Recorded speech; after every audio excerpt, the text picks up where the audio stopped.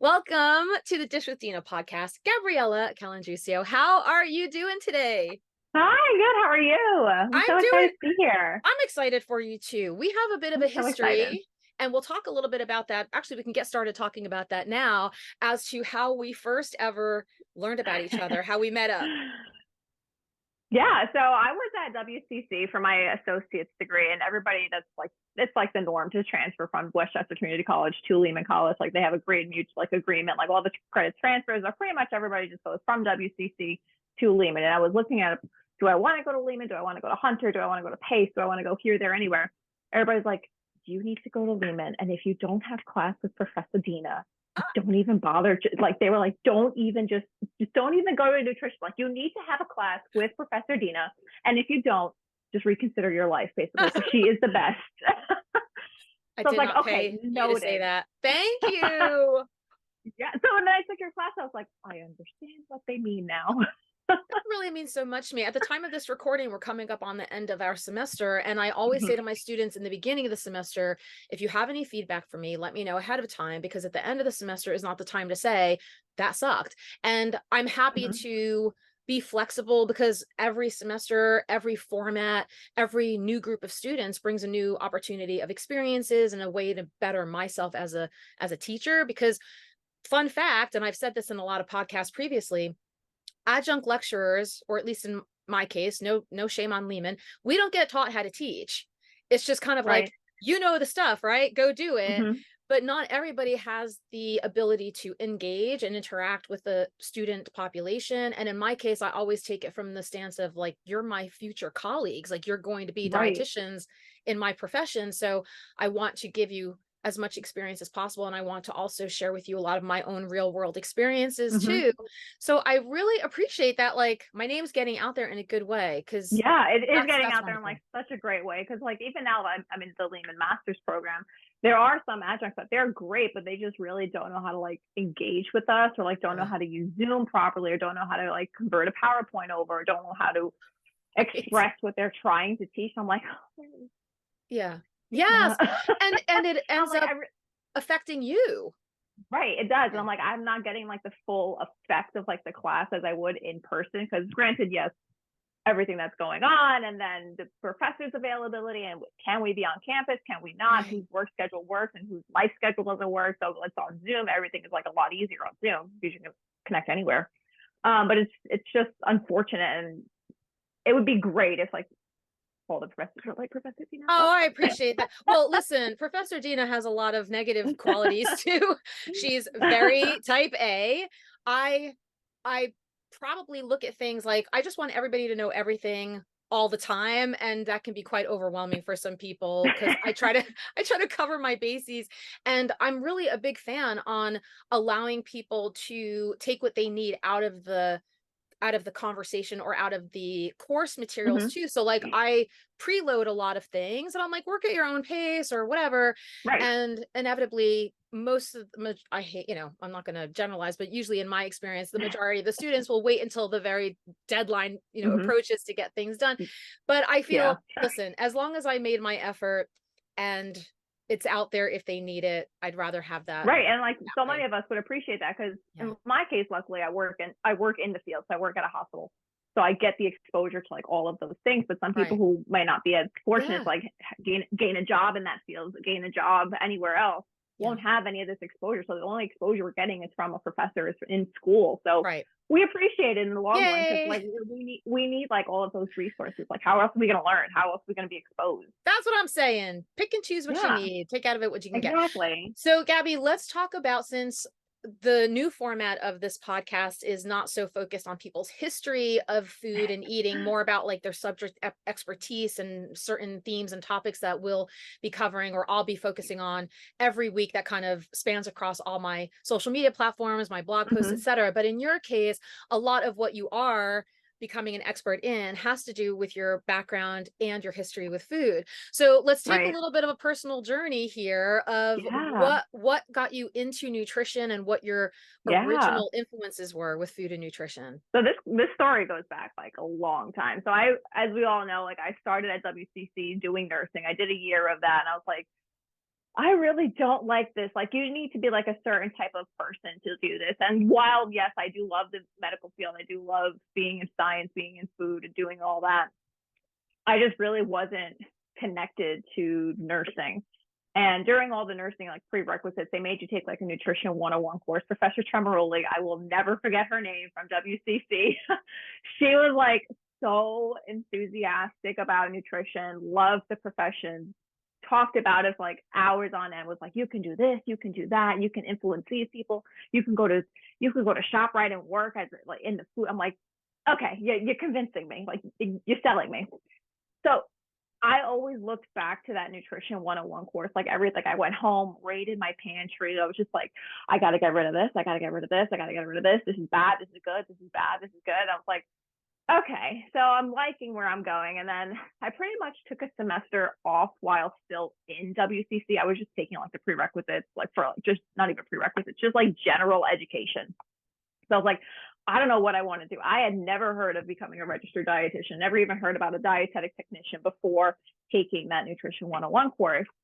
So I took this semester off because, you know, an Italian family, if you quit school, you're like, you are the disgraceful child, like you, just like you're going to be excommunicated.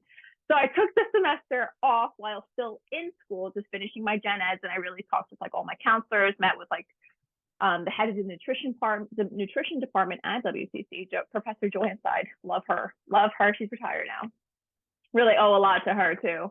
And I was like, I don't know what I want to do. I was like, I know I want to be in science. I know I like being in a hospital. I know I like helping people. I know I love that.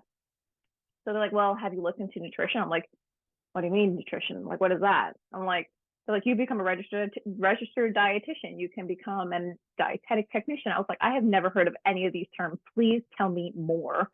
So I went to the professor's side. I was like, listen, I started as nursing. I don't like it. I know I want to help people. I know this is like what I want to do. I had this Nutrition 101 course with Professor Tremaroli, and I really loved it. And I want to learn more. She's like, all right, let's start you as an associate's degree. Let's start you as a dietetic technician. Look into it. You can pretty much get your degree in 2 years and work, which was my goal because I wanted to pay for my own bachelor's degree. I wanted to not take out loans. I didn't want to burden my parents. I was like, all right, this seems great. I could take the registered exam, work full time. She was like, that was my selling point, like pretty much like being able to work full time because college is expensive. So I did that and finished out my 2 years. WCC was great. For the dietetic degree, we had to do clinical rotation hours. So we had to do about 900 hours, and then COVID hit. So we started that, and there went all of school, there went everything. I was like, just as we were in like the thick of it, like things were going great, like the food labs were awesome, my classmates were awesome, we were getting to go to hospitals, really applying what we were learning, going to nursing homes, doing food service. COVID hit. I was like, okay. So everything went online. There went all of like my people to people interactions. There were my classmate interactions, my professors helping me. Because I was that student that was like, I need help. I'm going to stay at your office hours till you come and then till you leave. I'll get you lunch if you want. You're going to sit here and help me because I need to like perfect this. I want to perfect this. Like, this is what I'm going to be doing with my life. I'm not here to like just get a grade and leave.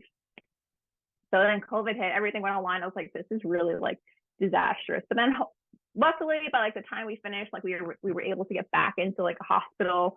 Granted, there were like XYZ protocols. You had to do this, you had to do this in order to go see a patient. You had to wear like 5 masks. You had to like gown up. I was like, all right, I will do this if I can get that interaction and get like that actual human like connection and like an actual person responding to me with like, I eat this much of rice, rather than just like a simulation. Like, this is what I eat. I'm like, there's a difference between the simulation and the human interaction. So long story short, finished that. But then as I was in the midst of that, I was also coming out of high school where I was an athlete and I was a cheerleader for 10 years. So working out, exercising, eating, but not gaining weight, eating, but looking still fit. So during that time, I was like, all right, I went into my kitchen, rated everything, didn't realize like, you should probably keep some of those things because those are still healthy. Those are still good for you. And food isn't labeled bad, good, bad, good, bad, good. It's like all balance, everything in moderation. So I pretty much dropped to like 100 pounds Like I was like, maybe when I graduated about 120, 125, hitting 130, because I was still like muscular from cheerleading, still active, still eating a lot and not really burning a lot.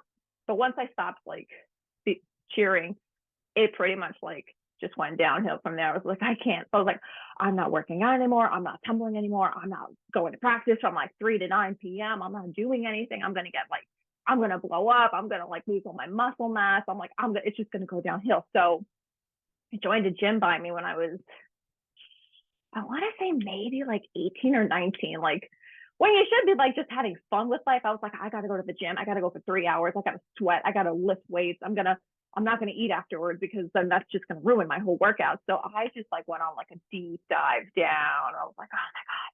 But I didn't realize it. Like at the time I was like, oh, I'm doing great for myself. Like, this is awesome. This is great. And then I was going to school like on an empty stomach without having breakfast. I was like, oh my God, I'm so skinny. Like I'm going to the gym. I'm like, oh my God, look at me, how good I am. I'm like, by like 10 a.m., I was just like starving. I was like, I could really use breakfast right now. And then I would just like eat everything inside and then just not eat until I went to the gym and not eat after the gym. And then it was just a really like bad relationship with food that I had at that time. And I didn't even realize it because I was like, you know what? I'm studying this.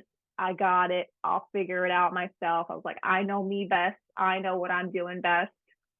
I actually just posted like a reel about this. Like I think it came out today or yesterday. Like I didn't know what to do. I thought I had it all like figured out just because I was studying this. And I was like, I got a Dietetic degree. I'm good. I'll figure it out. And then I really had like a one-on-one with my primary care physician because like came up to like that time, like, oh, you get your yearly physical, whatever, for school. And she was like, you have lost a significant amount of weight and you're not regaining it. She was like, you need to go. And at that time, I still don't know what a registered dietitian is. She was like, I need you to go to like a registered dietitian. Like you need to go to like an outpatient clinic. You need to go to see a behavioral specialist because this is an issue where you're not gaining the weight and you're staying constant for too long. And then you're not eating, you're eating too healthy is the way she put it. Like you're eating too much of the good stuff. Like you're drinking too much low fat milk. You're not including the whole milk where you could get your fats once in a while. So that was towards the end of 2021. And then after that, it just started to go up. Like I'm still like, I say 2021 like it was like yesterday because that's what it pretty much feels like. But it's like, that's when like I really started to like, okay, 2020 came around. I was like, COVID was just a terrible time. Like we're not gonna, that's just a weird time frame. But 2021 is like when it really started to like, I graduated my dietetic degree. I got a job at a hospital. I started really like focusing on myself more. So I was like, okay, now I'm going to transfer to Lehman where I'm actually working on my bachelor's degree and where I'm actually going to learn more and start applying my knowledge better to my patients in the hospital. Like it's time to really focus on me. And from there up, it was just like, I gained a better relationship like with working out because before it was just like strict cardio. It was like just burn, sweat, leave. Now I'm like, do cardio once a week, lifting weights. So the relationship with food has gotten like significantly better. And like I've kept like, you know me on Instagram, I have a sweet tooth. I'm not gonna say no to cookies in the morning for breakfast or like the breakfast of champions of like donuts and like cake. Like I'm gonna have it, and I'm not gonna feel guilty about it. So from there on, it's just here we are in 2023, and I'm feeling a lot better about myself now and just getting on like that better path. And that's where I want to take my career. I want to help other either former athletes or just people that are struggling with a relationship with food, because food is literally just everywhere. Like you text your friend, oh, let's go out to get like breakfast or something. It's around food. Oh, let's go get coffee together. And there's cookies there. And you're like, oh my God, I can't have the cookies. Like, oh my God, I'm going to gain so much weight from just the cookies. So food is literally just like everywhere. I'm just like, this is what I want to do. This is something that I wish I had, something I wish I could go to someone else for in 2019, 2020, 2021. And yeah, that's where it's taken until now. Yeah. I have a tendency to take notes while people are speaking. And as I mentioned earlier, before we hit record on this, I'm not used to being on video. So you're going to see me, if anybody's watching the video version of this, you're going to see me typing or scribbling things down because I love capturing my thoughts as people are talking. And so many things that you said, Gabby, really resonated with me because you started off with the words, you know, bad and good. And then you went into clarifying that you now have recognized that to not be the case. And Yeah. you try not to place a morality on food. Mm-hmm. And yet we do see, and I'm sure we'll talk about this too, because we both live in the world of social media and influencers and wellness, you know, I'm putting this in quotations, professionals or celebrity wellness gurus who tend to scare people about food and food choices. And there's a whole discussion that we can have just about that. Also, the thing that resonated with me is I forgot that you were part of the class that had been interrupted by COVID. Like that really put quite a wrench in the plans. And obviously in the case of in the case of any of the degree programs, but also in the internships as well, that nobody was stopping the programs. They weren't like, oh, let's just wait this out. They were just still continuing it and adjusting to accommodate that particular new way of doing. And that really, like you said, it really took away from what the quote, you know, the hands-on learning is about. Right.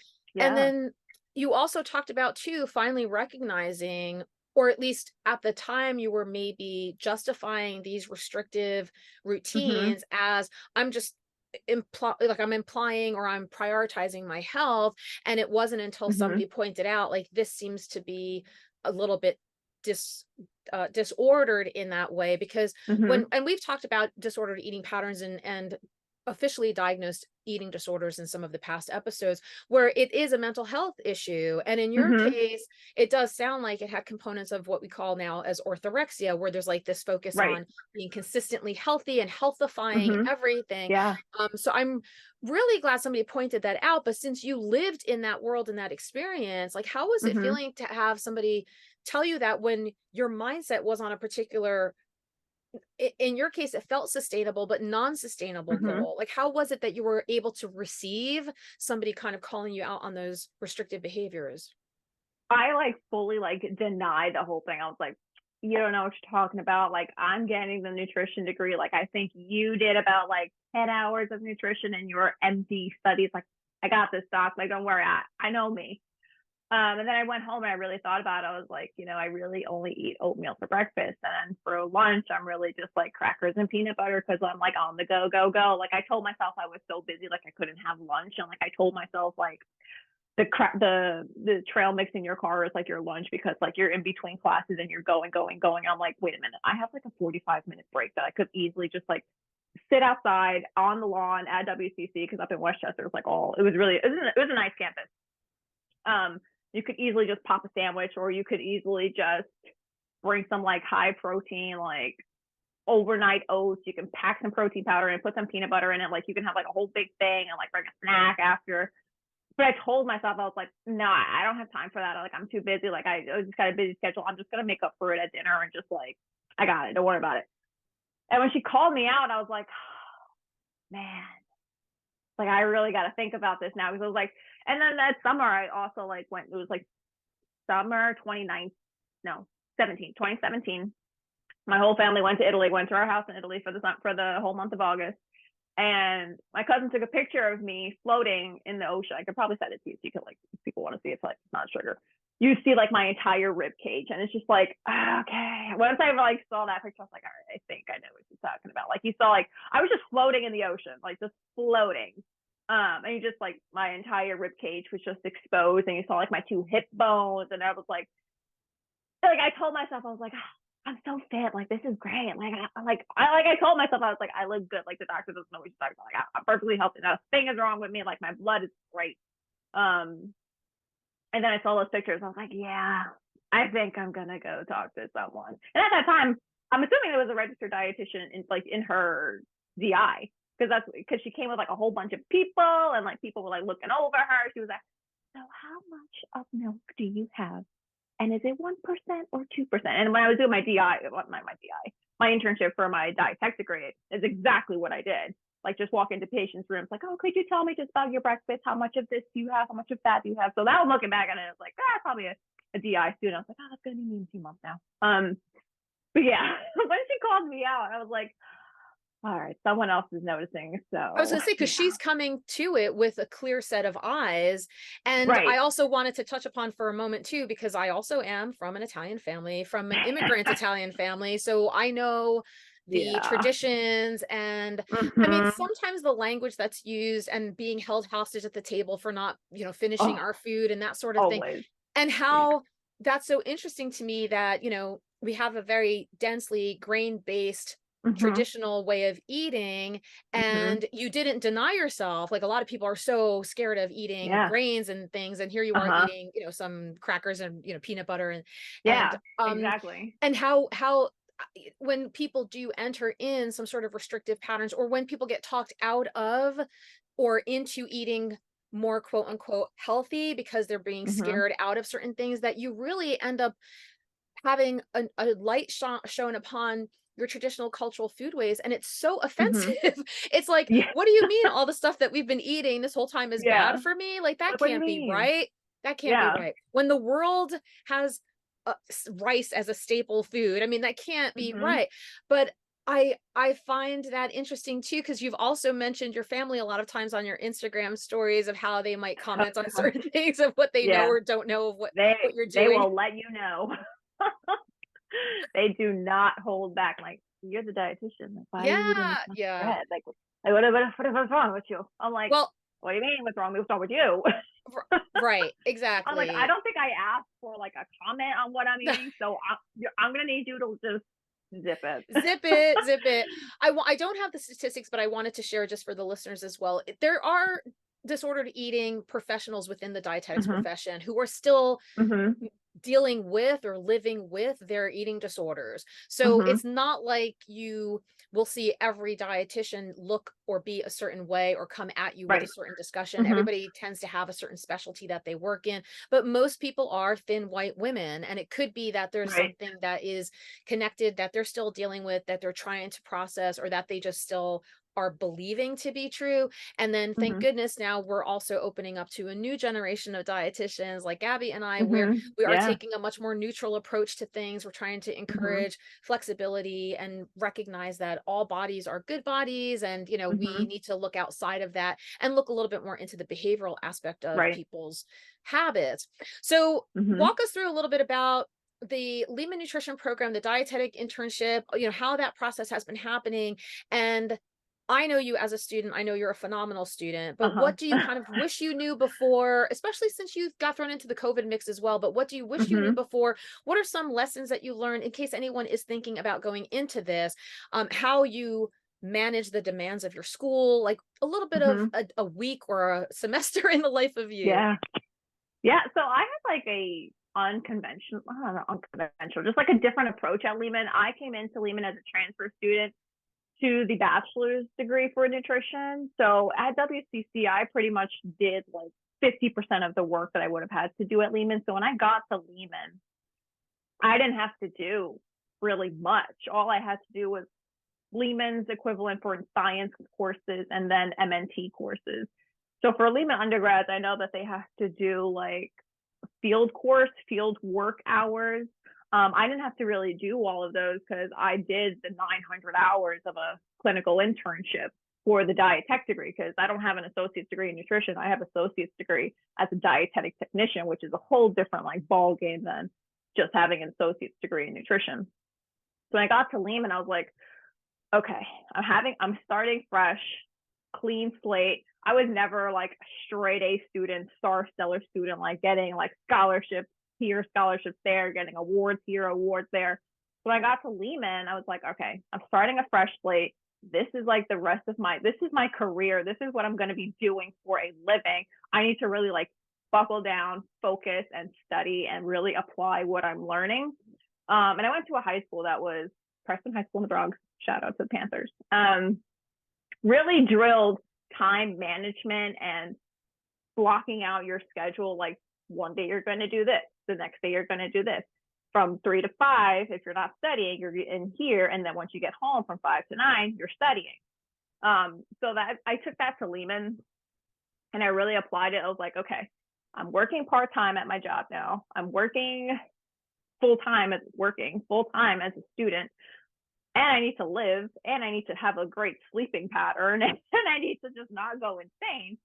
So I really sat down, built my schedule, and I packed my schedule because I was like in the mindset, I was like, I'm going to finish with my bachelor's degree in a year and rush through my master's in DI before, well, not even master's. I was like, I'm going to rush through the DI because I don't want to do my master's degree right now. But then I learned by 2024, the academy was going to make everybody have a master's degree. So I was like, you know, well, I'll just take a rest and go slow.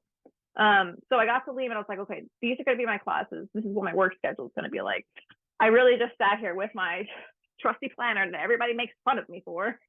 I have everything planned out like to the millisecond. I was like, I'm going to wake up at 6 a.m. I'm going to have my coffee, and then I'm going to start studying from 7 to 9, go to work from 11 to 7, come home, take a shower, maybe get a workout in if I can.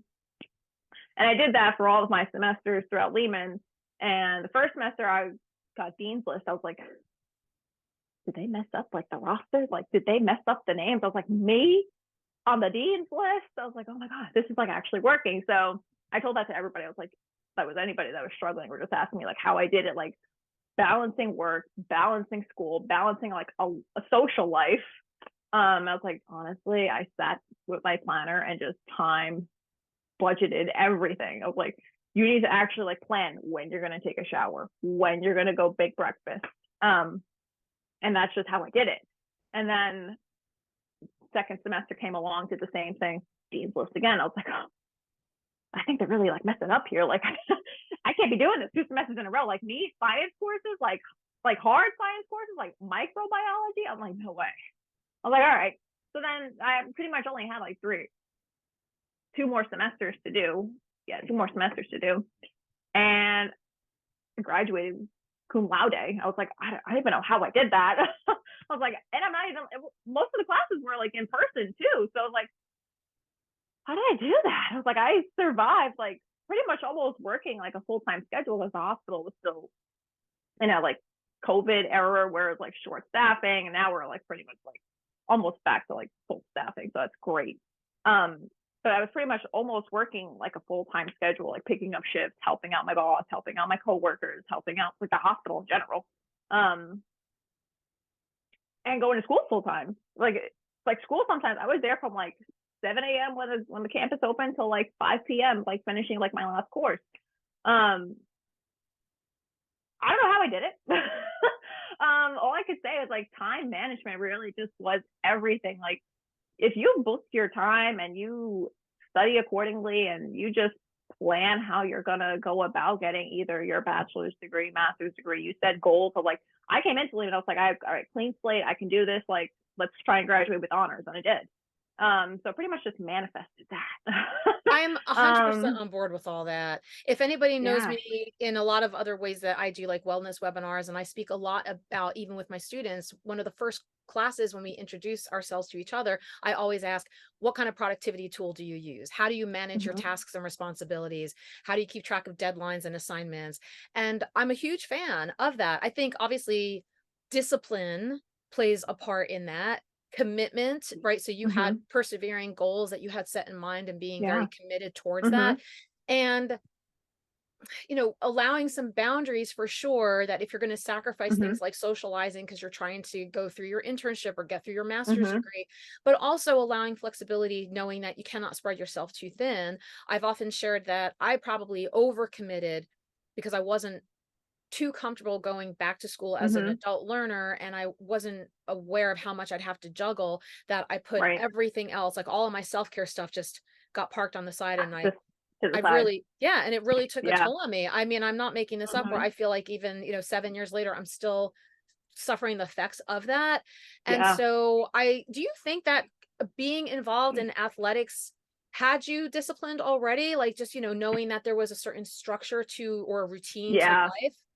Yeah, for sure. Like I think back a lot to like my time as a cheerleader, where my coaches, if you came like a minute or two late, like when they wanted to, really be shirking us, like you're 2 minutes late, you're running 20 laps because you were late. I'm like, oh, so like the joke with me, like everybody's like, we told you 1:00. Why are you here at 12:30? I'm like, Right. because I cannot be late. Right. You don't understand. Like, what if there's traffic? What if I can't find a parking spot? What if this? What if that? I'm like, there's a whole bunch of different things that play out in my mind. Like, I need to, if the event starts at 1, I'm gonna be there maybe 12:00, 12:30. Yes. The That's buffer just, zone. that's The buffer zone. exactly. I'm not gonna be running late, and everybody's like, well, you were late, and you were just this type of person. No. So yeah, it's just like the discipline. Whereas it's like one thing I never did was sacrifice my sleep. I was like, I don't care what anybody thinks of me. I'm going to bed at 9 p.m. The professor can wait until the paper will be submitted. Right. I'm not sacrificing my sleep because I'm going to go crazy if I don't get my 7-8 hours of sleep. Yeah. I wish I knew that for myself. I'm knowing it now. And I'm also implementing that in discussions with a lot of my own clients and patients too, because sleep is one of the things that people would sacrifice most, especially in college students where they're cramming for their exams or work, pulling all-nighters for things. And it's one of those health risks that you take that suffers really puts you at risk down the line for things like Parkinson's disease and Alzheimer's. And it could also mess up your metabolism and have all hormonal effects. So people out there, this is your PSA. Please do not sacrifice your sleep. Try to get a solid anything. 7 to 8 hours a night as often as possible in a row. Try to do that. And say no. Yeah. I learned so recently saying no.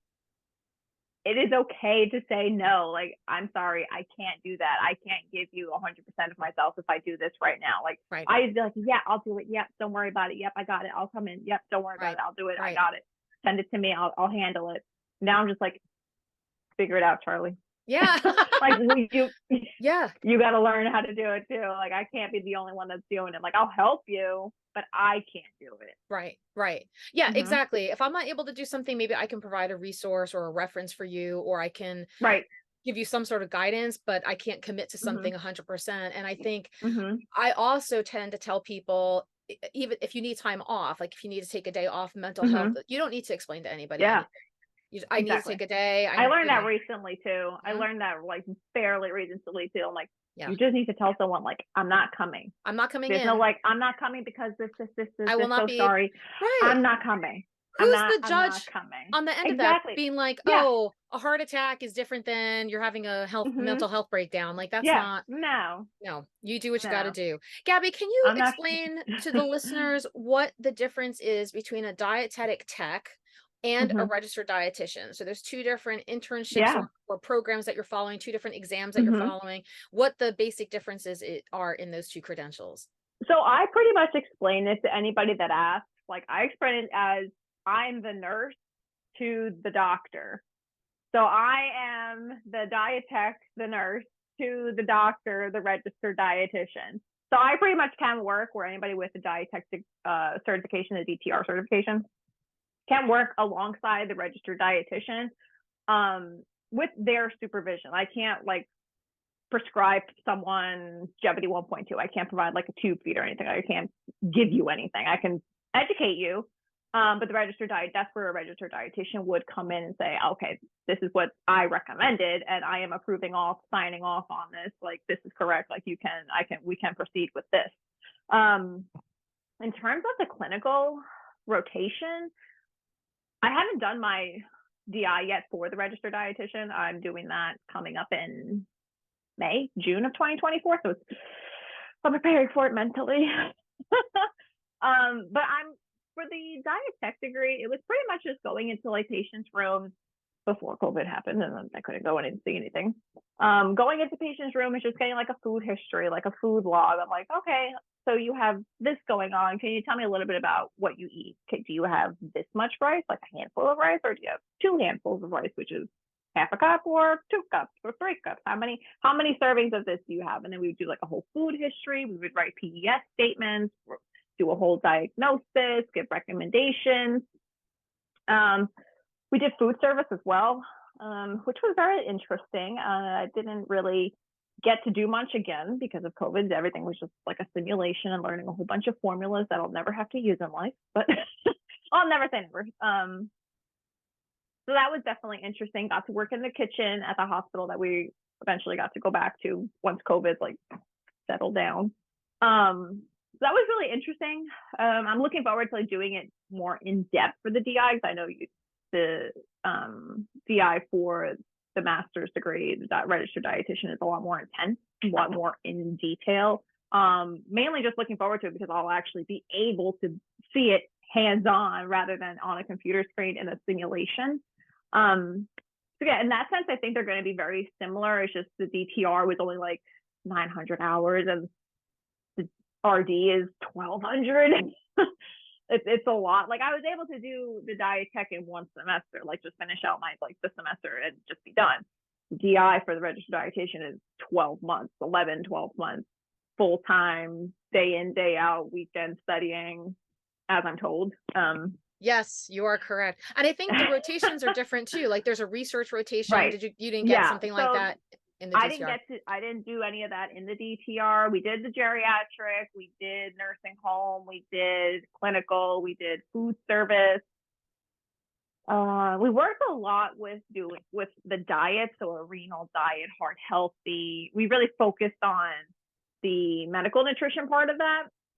Whereas for the registered dietitian, we're going to go more into food service management because I'm not going to be a manager as a diet tech. Like that's a registered dietitian. My boss is a registered dietitian. She is the clinical manager.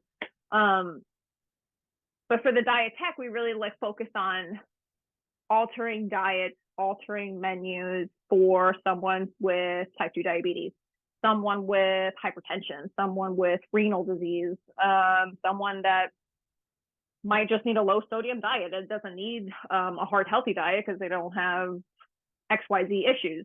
So we really focus more on the food menu altering modifications versus as a registered dietitian, we're going to dive more into tube feeding, more into management. Yeah, I don't know much. That's why. You're going into it. I'm excited for you. Yeah. I want to flash forward a little bit too, because I know you're already queuing up, which I really highly recommend within certain context of keeping scope of practice in mind, that even people who are not yet officially credentialed as something, start dipping your toe in the water if you want to venture off and start doing something entrepreneurial or start looking into what opening a private practice will be. So will you share with us now what you're currently working on, your field of expertise, and some of the future ideas that you have in mind for yourself? Yeah. So as we know, like the field of dietetics, you can have a job. It's very broad area of work that we can go into. So as we know, the dietetic internship, it's basically like a full-time job, not getting paid a whole year. And I was like, I have all of this knowledge, all of this experience, as I mentioned before, with the eating disorder. I was like, I went through it. Now I help myself. And now I know there are other athletes that go through this. I know there's other people going through like broken relationships with food. Why can't I use what I've gone through, use what I learned, use what I know, and start just helping other people do the same thing, and reaching more people? Because I only get to see or speak to so many patients, people in the hospital with actual other issues going on. I could reach so many more people either online, talking face to face. I like also another joke with me. It's just like I could talk to the wall and the wall's gonna start talking back to me. Like I could just talk to anybody. I just woke up, like, hey, how's your day doing? You doing good?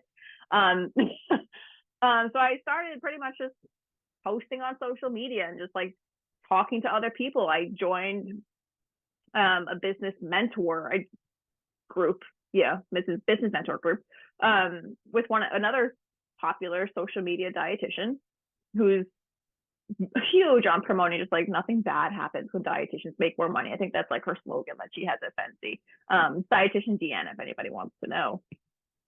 And I reached out to her for help. I was like, one of my career goals is having a private practice, is being able to reach more people outside of a hospital that need nutrition support. Because like I said before, food is literally at the center of everything we do. We're like, you haven't seen a friend for like 3 weeks. Oh, let's go get brunch. Haven't seen you see family once when at the holidays when there's a whole bunch of food and people are like, oh my God, I can't eat all this food. I'm going to gain so much weight. Oh my God, my high blood pressure. Oh my God, my cholesterol, this and that. Food is at the center of everything we do. So everybody needs a little bit of nutrition support. So I reached out to her. I was like, one of my career goals is starting a private practice.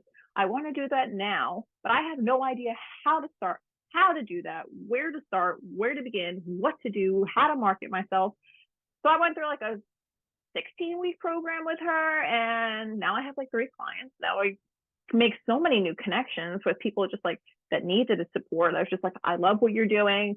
I resonate with this. My family's also Italian, and they say the same things.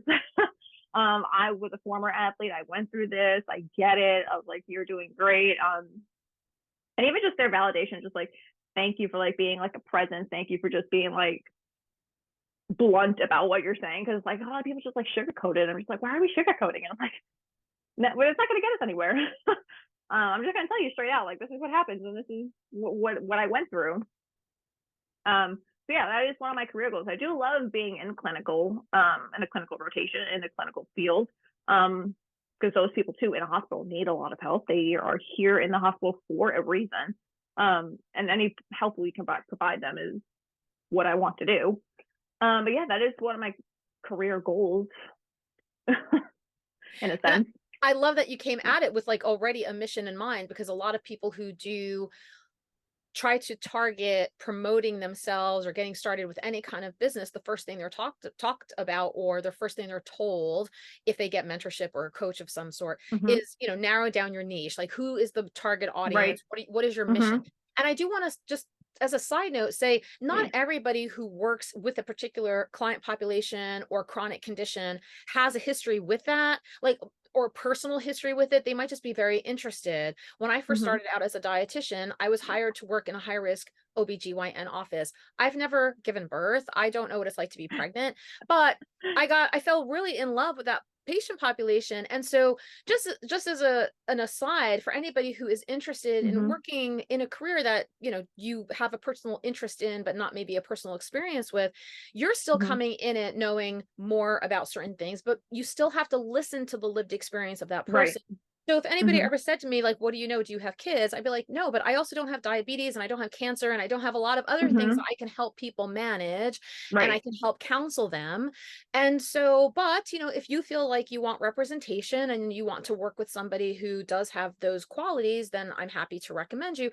But do know that being a dietitian, we come with a lot of generalized information within all of the clinical conditions, the knowledge that goes with medical nutrition therapy, as Gabby was saying, information about medications interacting and comorbidities and all the fun things of health and wellness. So I just want to share that, because sometimes people get nervous about feeling like they're an imposter in working with a Yeah, I was certain gonna say, like, population. big imposter syndrome. Right. Yeah, And it's really that's just like one of the things. throw your hat in the ring, see what Yeah, happens, you pretty know, much. mea culpa if you need to. Try not to do any harm, obviously. Yeah. Gabby, tell us too, because, you know, we are talking about what could be a hot topic with restrictive eating, diet histories, weight discussions. What are some of the, maybe the current things that you're hearing about that you feel really get you, that you feel like you need to have a message put out there? Or is there anything that your clients come There's to you like, with where you're like, oh, I have to there debunk are that? there are so many that you see like online, like these influencers with no education and nutrition. Just like the one that just like really just set me over. I was like, oatmeal is killing you. I'm like, what do you mean oatmeal is killing you? Can you tell me why? Tell me why Citation. oatmeal. I need a citation. Like, exactly. I'm like, bring me like the article. Like, do you even know how to read this article? Like, tell me if you understand, or why is it like that one just really just got under my skin. I'm like, this is incorrect. I need to just like say like 50 things about this, and then like the seed oils are killing you. I'm like, no, you're just like promoting just like people to, in my opinion, just avoid that whole food group where like avocado oil is great for you. We love that. If we could just like get rid of them, not get rid of them, but just like educate them a little bit. Yeah, that'd be great. I know that a lot of times, especially with this discussion coming up in our profession, we also look towards, and I've mentioned this before in some episodes, the social determinants of health and health elitism, meaning that the responsibility is placed Hmm. on the individual, where if you're going to start taking away basic items that are quite affordable, like beans and grains from Yeah. people who might not have access to anything else, and Hmm. you're forcing fear into them, then what are your other options? Is it, oh, Exactly. buy my supplement line, or Yeah, go no. buy things that are approved by me, but that are far outside your budget? Hmm. We just want people to eat. And I also think of, because this is how research works, there's so many confounding factors. So you work with people who are so afraid of whatever the food is, or Hmm. toxins and quote unquote, I'm putting this in air quotes, quote unquote, Yeah, toxins and certain things. But then I've said this so many other times, but I live in New York City. I'm breathing in exactly. air that is Like, not healthy that's bad. ever, ever. Yeah. So I'm not in a hermetically sealed environment. Hmm. I'm not in a laboratory testing research clinic. Like, Right. I can't control everything about me. And then even if I were to make, like you had done and you shared with us earlier, even if I had make the healthiest choices for myself, how restrictive are they and how sustainable is it? And am I Right. suffering mental health issues, sleep issues? Like, Hmm. are other things going on that are causing other health issues to then surface? So it's really hard to strive for perfection anywhere you Yeah. go in life. So I really try to encourage people. It's good to, question things and ask questions and Right. learn and educate yourself, but just be careful of Just be careful. the references, the resources. Exactly. Where you're Um, getting the information from, who you're right. listening to. Because then I think about Exactly. like my like small little town in Italy where there's like one goat that brings like the milk for the week. There's no Wi-Fi in the entire town, and they're just like living happy. Yeah. No one's Loving yelling at them life. about what. Just Loving they're life. just living life to their fullest, like not listening to anybody. They're just Right. like, I'm gonna keep eating these beans. I'm gonna Eating their keep eating this cheese, cheese. drinking their wine. Exactly. And just like going out getting their fish for the week. No one's yelling at them that there's too much mercury in the fish, that they're gonna die tomorrow. Like Right.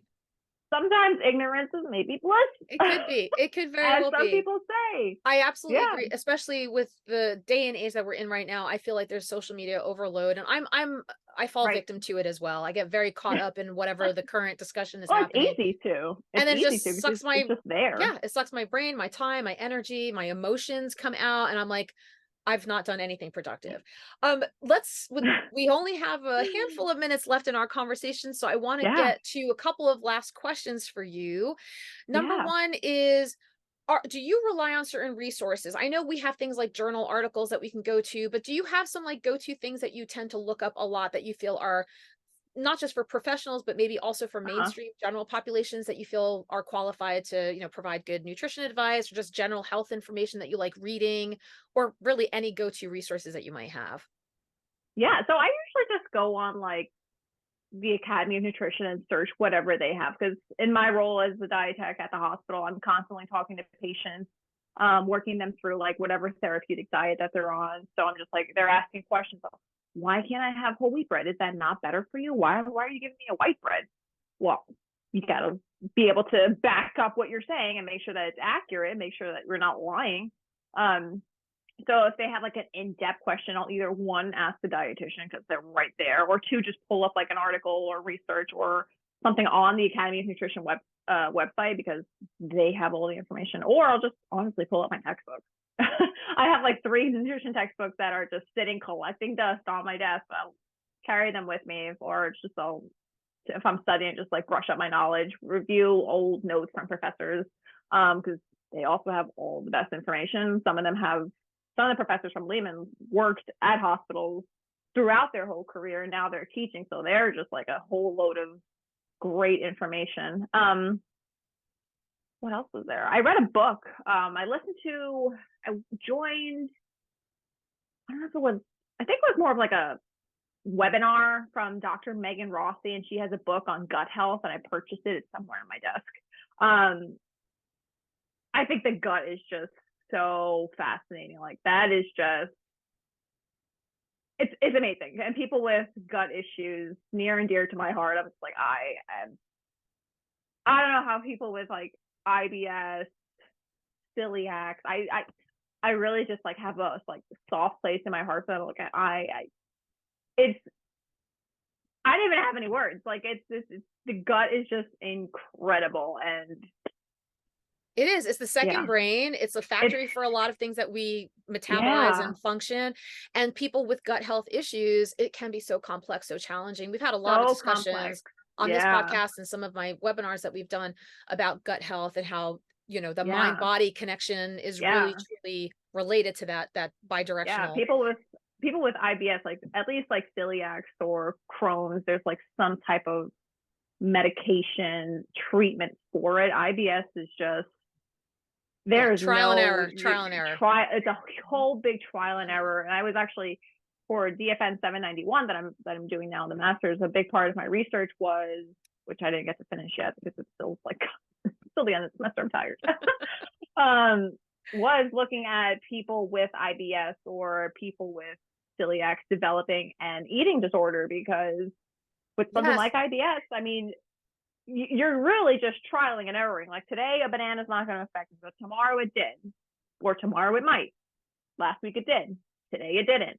And then you're just developing like eating patterns that are just so just like fluctuated, and losing weight, gaining weight. Do I eat this? Can I eat that? I'm not sure. I'm just not going to eat today because yesterday it just nothing went well for me. So that is 100% correct. But I wanted to say that is true, because people with gut issues, not only do they suffer the consequences physically, but mentally that happens. They worry about socializing. Can I go to the restaurant because I don't know if what they have, you know, I have to ask like 47 questions, so I'm no fun to eat with. It can really mess with them both physically and mentally. Gabby, I wanted to ask you too about well, first of all, just to let everybody know, I'm going to link to some of the things that you mentioned. So eatright.org is the Academy's Academy of Nutrition and Dietetics official website. So I'll put that link in there. And it does have the professional site page, and then it also has the general population page. So that is a fantastic resource. And I'll also ask you to give me some information about the podcast that you mentioned too. What does, like, what's the timeline? What's your future look like? When are you done with school? When are you, you know, the job, career, the next steps for you? What's the timeline? Yeah, I would like to be done tomorrow. In all reality, I'm done. I'm just done with it. I graduated with my bachelor's in June of 23. So now I'm in the master's degree. I'm in the pre-select program, which is pretty much like an accelerated program at Lehman. So we're pretty much finished with our coursework come spring 2024. And then we jump right into the DI for a year. We finish up just like regular courses, like a seminar, some electives. And that takes us to about fall of 2025. So around that time, I will be completely done and be able to sit for the RD exam, which I'm very excited. So people don't realize, you know, when you start something, because I felt like I was led down a path that made me feel like I was going to be done in like a year and a half, and I didn't realize how much it really entailed. So I think at least in our profession, I think what we're trying to do is try to even get the information out to like the high schoolers at job career fairs and things, those types of events, or spreading the word however we can, because like you, I had no idea what a dietitian was. I didn't know that they existed. And because of that, you know, this also then undermines the value of the dietitian, of like, we are the nurse to a doctor in that very fantastic analogy you made earlier. So why isn't that the case, that, you know, we are the specialist to other healthcare professionals? And it does feel like getting the word out there is good. So that leads me to, is there anything else that we haven't covered, haven't discussed, that you want to share? Any final parting words? We covered quite a lot, but there might be something that I might have missed. No, I think I would just say, like, no matter like how what your goals are, how focused you are, just like how like driven you want to be on like either your academics or your job, always leave time for yourself. Because I know, like, I like dove deep down in like my studies, like I was like missing for like months on end. But I really like to learn to like prioritize myself, like prioritize my sleep, having fun. I travel a lot. I do that in my free time.